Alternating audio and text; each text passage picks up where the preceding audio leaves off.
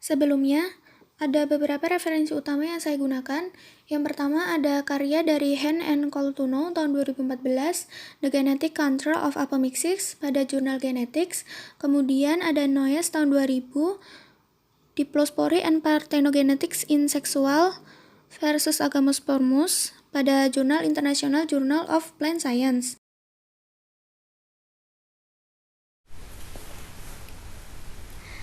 Bismillahirrahmanirrahim. Assalamualaikum warahmatullahi wabarakatuh. Perkenalkan, nama saya Hanum Salsabila Zahro, NIM K4318031. Pada kesempatan kali ini, saya akan menjelaskan mengenai tema 3, yaitu apomixis gametofitik yang terjadi pada tanaman Erigeron anus. Yang terdapat pada tanaman Erigeron anus, atau yang biasanya dikenal dengan sebutan Phleabanaceae, tergolong dalam famili Asteraceae.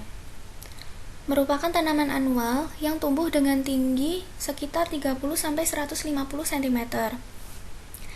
Phleabanaceae atau Erigeron anus ini dapat dikenali karena bunga kompositnya dan juga dia memiliki batang dan daun yang berbulu. Erigeron anus memiliki bunga komposit yang berukuran 3/4 inci. Struktur bunganya simetris radial, ditandai dengan cakram pusat lebar yang berwarna kuning cerah dan dikelilingi ray yang pendek dan berwarna putih. Bunga komposit Erigeron anus ini setidaknya memiliki 40 bunga pita atau ray.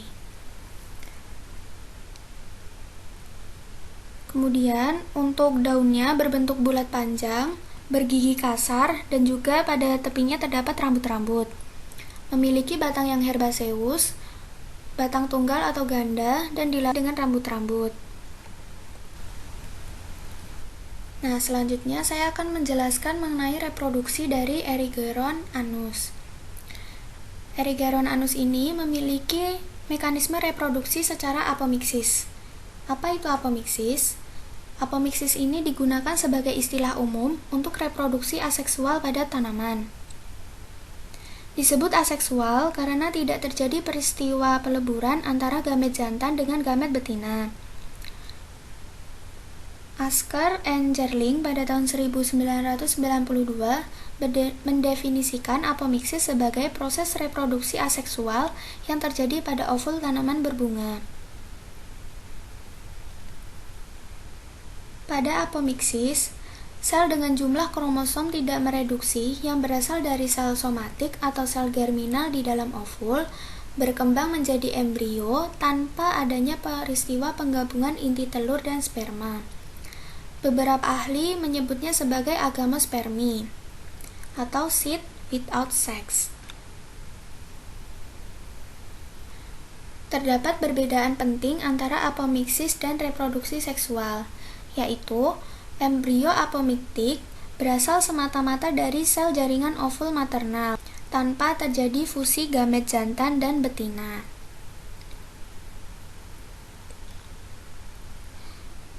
Pada tanaman, mekanisme apomixis secara historis dibagi menjadi dua kategori, yaitu apomixis gametofitik dan juga apomixis sporofitik. Disebut apomixis gametofitik karena embrio berkembang melalui gametofit atau kantong embrio. Sedangkan apomixis sporofitik berarti embrio berkembang langsung dari diploid somatik sel-sel dalam ovul. Erigeron anus ini memiliki mekanisme reproduksi secara apomixis gametik yang bersifat diplosporus atau diplospori.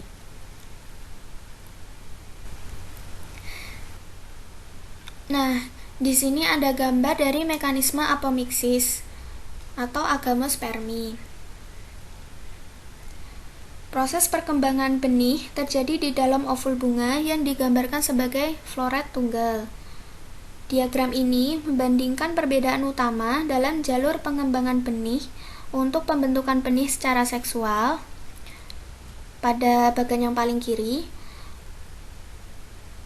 Kemudian mekanisme apomixis dari apomixis sporofitik dan juga apomixis gametofitik, baik itu yang bersifat apospori maupun diplospori. Meiosis Mitosis dan juga pembuahan ganda merupakan komponen utama jalur pembentukan benih. Panah-panah yang melewati jalur-jalur ini mewakili keterlibatan komponen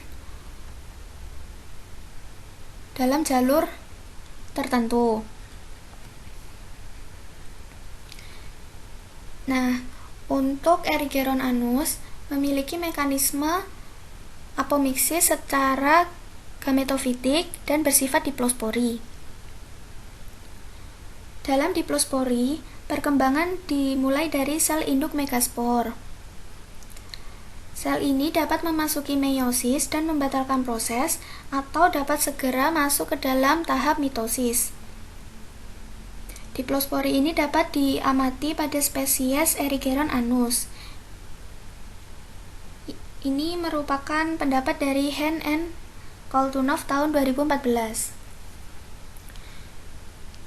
Dalam gametofitik apomiksis, pembentukan embrio dimulai tanpa adanya fusi antara gamet jantan dan gamet atau tanpa ada pembuahan terlebih dahulu atau partenogenesis.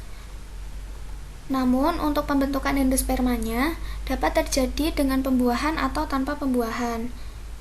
Untuk itu, pada gambar ini diwakili oleh garis-garis putus.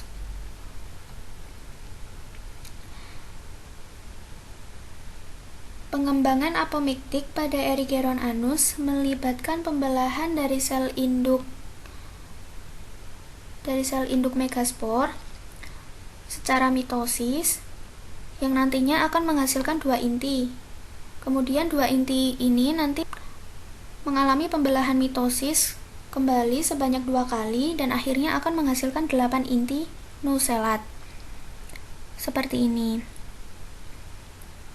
Kemudian 8 inti nuselat ini tidak akan mengalami pembuahan. Sehingga embrio ini tuh berkembang dari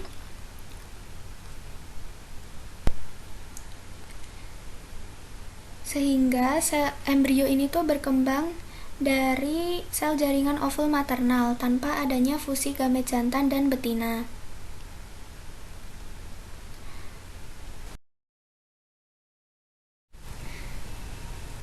Nah, selanjutnya di sini terdapat gambar dari mekanisme apomiksis gametofitik yang bersifat diplospori yang terjadi pada Erigeron anus. Pada gambar E, ini merupakan tahap di mana megasporosit yang terdapat di dalam ovula. Ini megasporosit dan ini merupakan ovul. Kemudian pada gambar F ini terlihat terdapat 2 inti yang dihasilkan dari megasporosit pembelahan secara mitosis. Ini inti pertama, ini inti kedua. Kemudian untuk gambar G,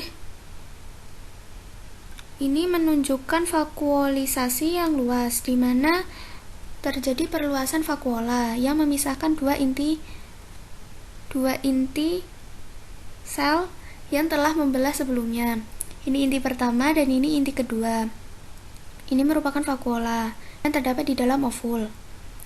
Kemudian untuk gambar H, di sini merupakan tahap 4 nukleat. Ini nukleat pertama, kedua, ketiga, dan keempat. Selanjutnya, keempat nukleat ini akan mengalami pembelahan mitosis kembali yang nantinya akan menghasilkan 8 inti atau 8 nukleat yang matang. Pada Erigeron anus ini, pada Erigeron anus, posisi 8 nukleat yang terdapat di dalam embrio sak memiliki tipe poligonum.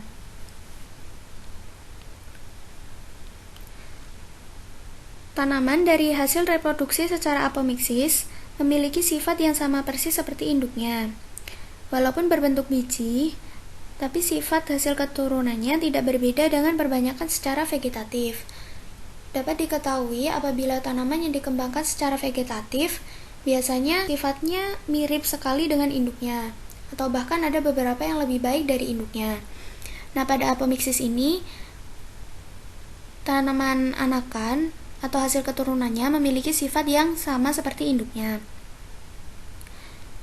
Biji Erigeron anus biasanya berkecambah di akhir musim panas dan kemudian rosetnya akan terbentuk di musim gugur, tapi akan mengalami perbungaan di tahun berikutnya setelah musim dingin berlalu. Nah, sekian presentasi dari saya. Apabila ada kekurangan mohon maaf, dan apabila ada pertanyaan saya persilahkan. Terima kasih. Wassalamualaikum warahmatullahi wabarakatuh.